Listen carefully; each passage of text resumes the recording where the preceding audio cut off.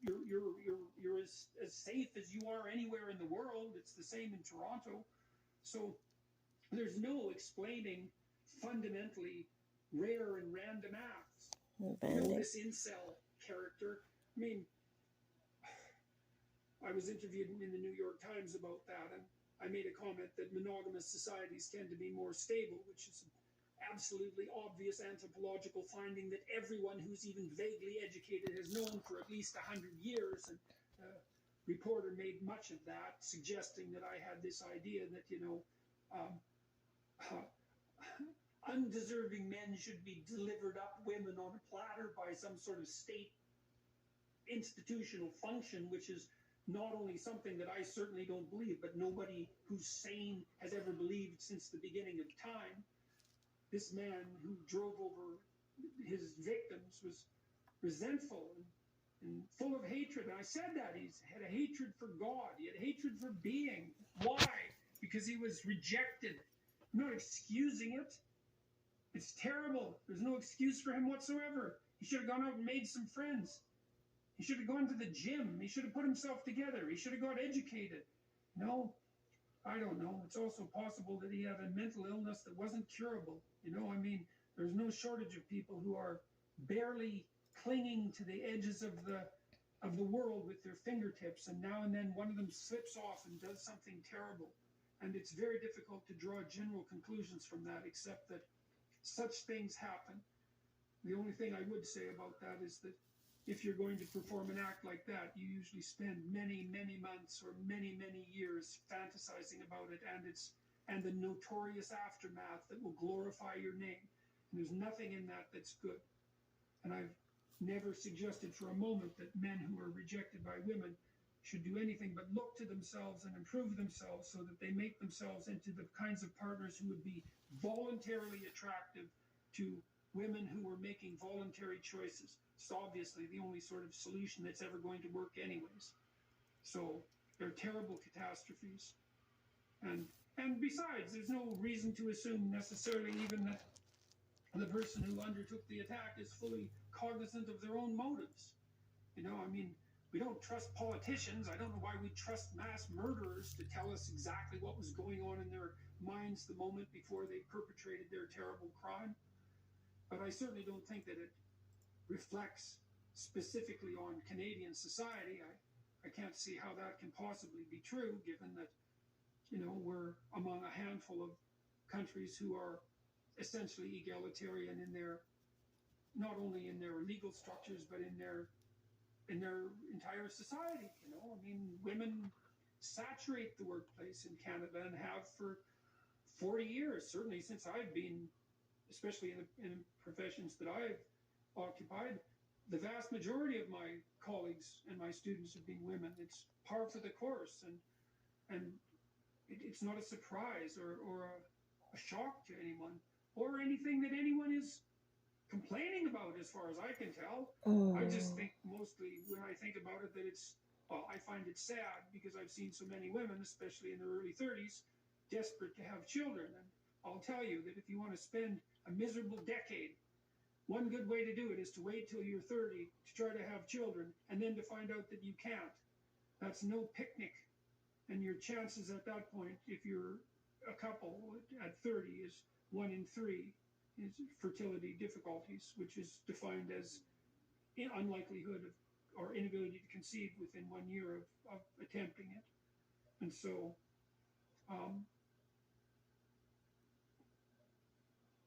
I don't know precisely how it is that people go about balancing their requirement for an intimate relationship and a family and their career. It's a very, very difficult problem to solve. Just like how to raise children is a difficult problem to solve because it's so incredibly expensive.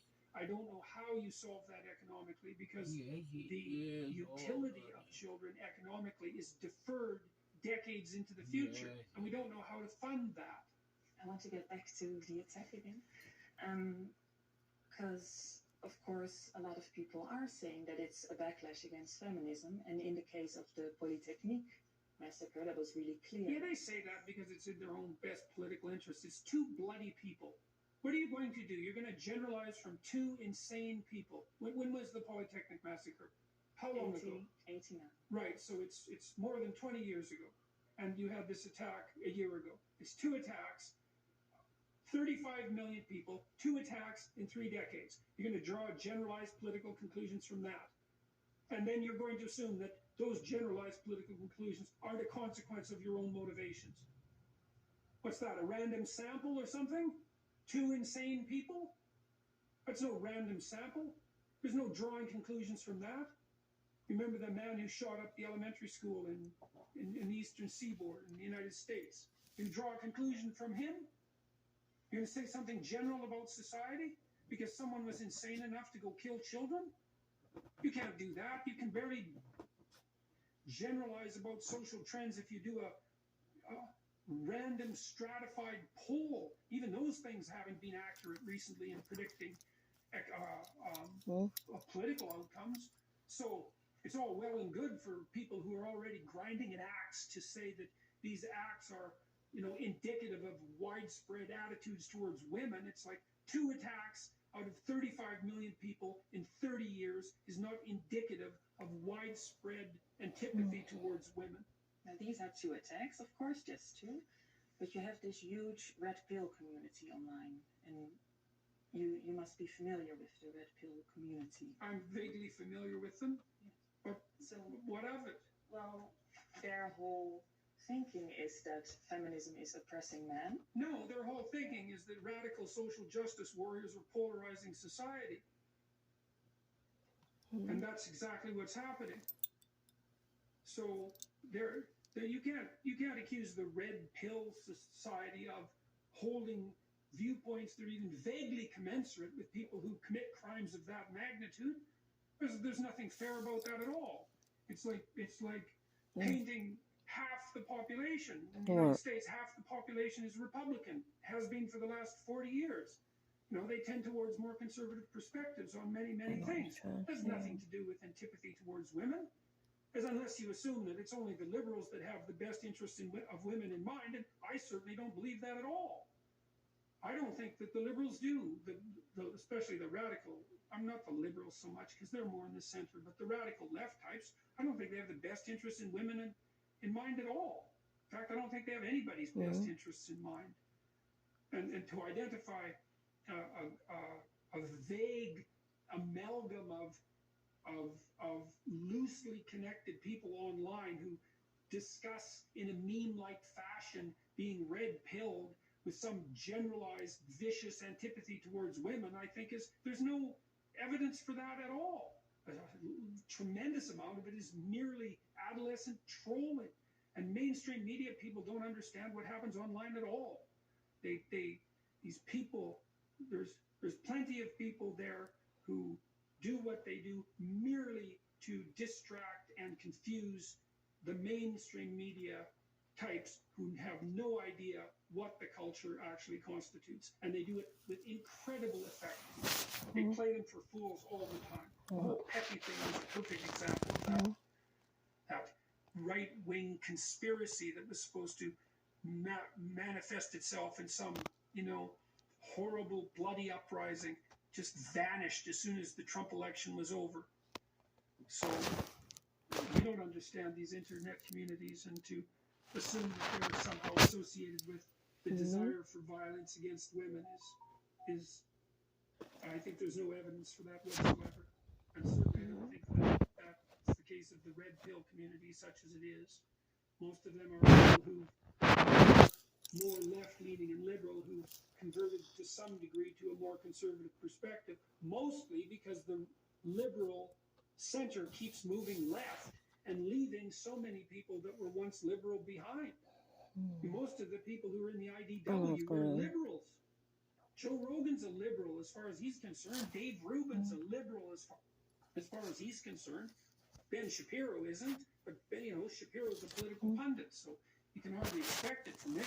I never thought of myself as a conservative. Maxwell.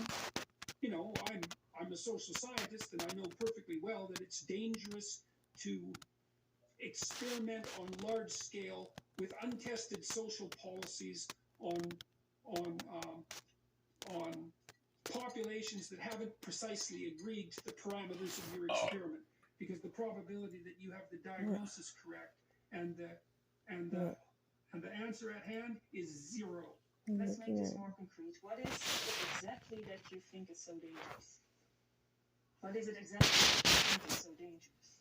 I think the doctrine of equality of outcome is dangerous. Can you explain that? Because it forces all the individuality out of people. It denies the individuality. Somebody in trouble. The assumption that, here's the assumption. If at every level of at every hierarchical level of every organization, every demographic group is not represented in the same proportion as they're represented in the population, then the reason for that is systemic oppression on the part of the patriarchal of the patriarchy. Let's leave it at that. Well, that's just not the case. That isn't the reason for it. And why is it dangerous? Because it invokes the demand for social policies to redress the problem, which is impossible. There are too many different kinds of people. First of all, I mean, maybe you work for gender parity or sex parity in terms of wages. Well, first of all, that's extraordinarily difficult. Just that, and that's a single dimension. You're going to do that for race, you're going to do that for ethnicity, you're going to do that for social class, you're going to do that for attractiveness, you're going to do that for the multitude of genders that apparently exist. You're going to equate for all of that? But Jordan, I think you're making an assumption that this is what people want. Well, Well, they're the ones that are advocating for equity. Who are? Well, what do you mean, who are? The entire basis of the social justice movement. Who are these people? Who are these people? Well, mostly they're people who occupy academic positions in the social sciences and humanities, and they're people who work primarily in human resources departments, for example, in large corporations. And then there's a large swath of the general mainstream media who holds similar views. They're people who are on the farthest left extreme of the political continuum. It's only about 7% of the population that holds views of this type, although they're much more highly represented than that in university settings. And this is the agenda that they've promoted. So, maybe it's not the same in Holland, but the diversity, equity, and inclusivity mantra it's like the central policy of our entire federal government. It was the central policy of the provincial government before they got demolished, thankfully, in the last election. It's the new morality. It's not something I'm just inventing out of whole cloth. It's trumpeted everywhere. Christ, the Law Society in Ontario last year, the people who ran the Law Society made it a regulation that if you had a law firm of a certain size,